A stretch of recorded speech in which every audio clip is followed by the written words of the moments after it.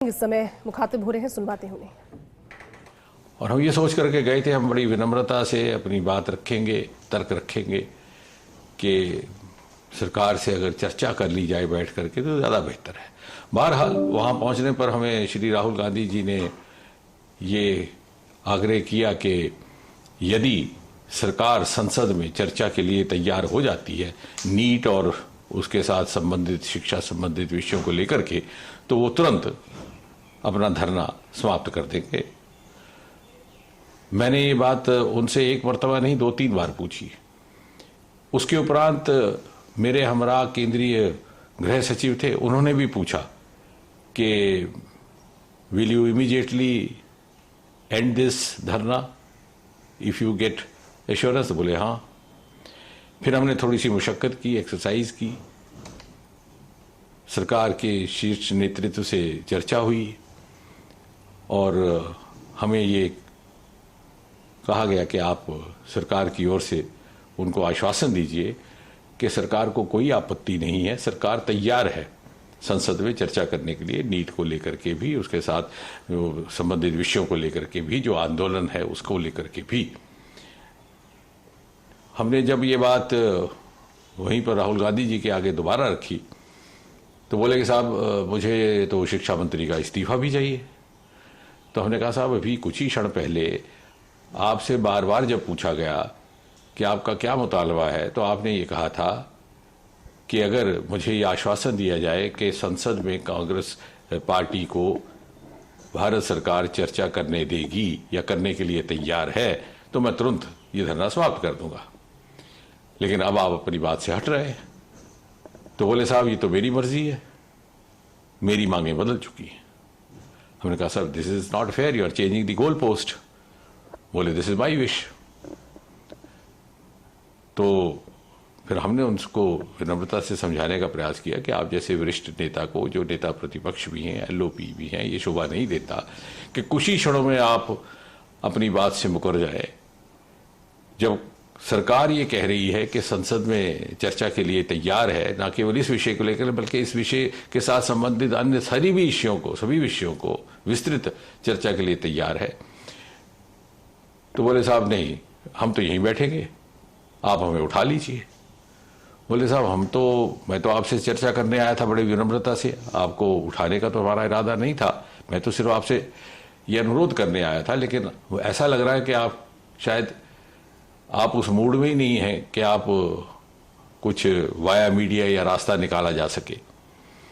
तो बोले आप जो मर्जी इसका निष्कर्ष निकालिए, मैं तो वही करूँगा जो मेरी मर्जी है। फिर गृह सचिव जी ने भी एक बात रखी कि साहब अगर आपको बैठना ही है धरने पर तो कम से कम इस जगह ना बैठिए, ये इससे बहुत असुविधा हो रही है जनसंधारण को। तो बोले ये भी मेरी मर्जी है। तो मुझे बड़े अफसोस के साथ कहना पड़ता है, ये बड़ा ही दुर्भाग्यपूर्ण है कि एलओपी का इस प्रकार का व्यवहार रहे कि वो अपने पक्ष को इतनी जल्दी बदलते हैं।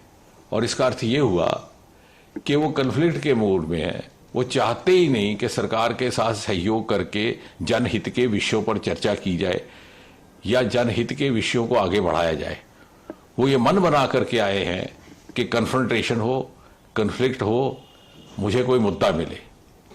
लेकिन हम जानते हैं इस देश का आम इंसान, आम नागरिक इतनी समझ रखता है कि उस प्रकार की पॉलिटिकिंग में या इस तरह की राजनीतिक नौटंकी के झांसे में नहीं आने वाला।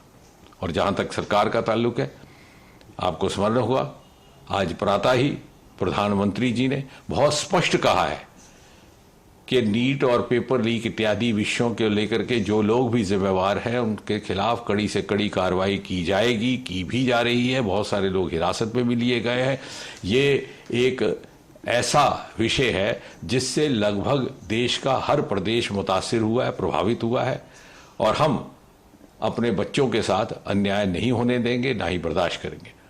उसके बावजूद भी यदि विपक्ष और नेता प्रतिपक्ष सहयोग करने को तैयार नहीं है तो मुझे विश्वास है देश की जनता देख रही है, जिम्मेवारी उनकी रहेगी। Actually The Congress Party National President Shri Mallikarjun Kharge ji and some other senior leaders like Shri Rahul Gandhi, Mrs. Priyanka Gandhi, Shri Venugopal ji and others had suddenly sat on a dharna. So the government found it appropriate to assign me and along with me the Union Home Secretary to go to the spot.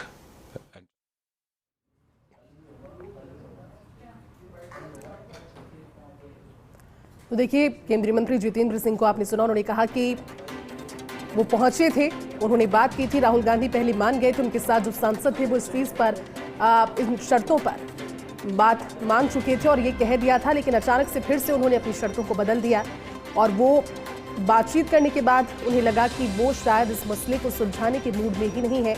उनसे request भी की गई कि आप इस धरने को कहीं और लगाइए। और इसी बीच एक बड़ी खबर आपको बता दें, दिल्ली में कांग्रेस का विरोध प्रदर्शन अब भी जारी है। धरना स्थल से हटाया जा रहा है कांग्रेस नेताओं को। तस्वीरें जरा देखें, कांग्रेस नेताओं को धरना स्थल से, जो कि पीएम का आवास है, वहां से हटाया जा रहा है। राहुल गांधी को लिया गया है हिरासत में।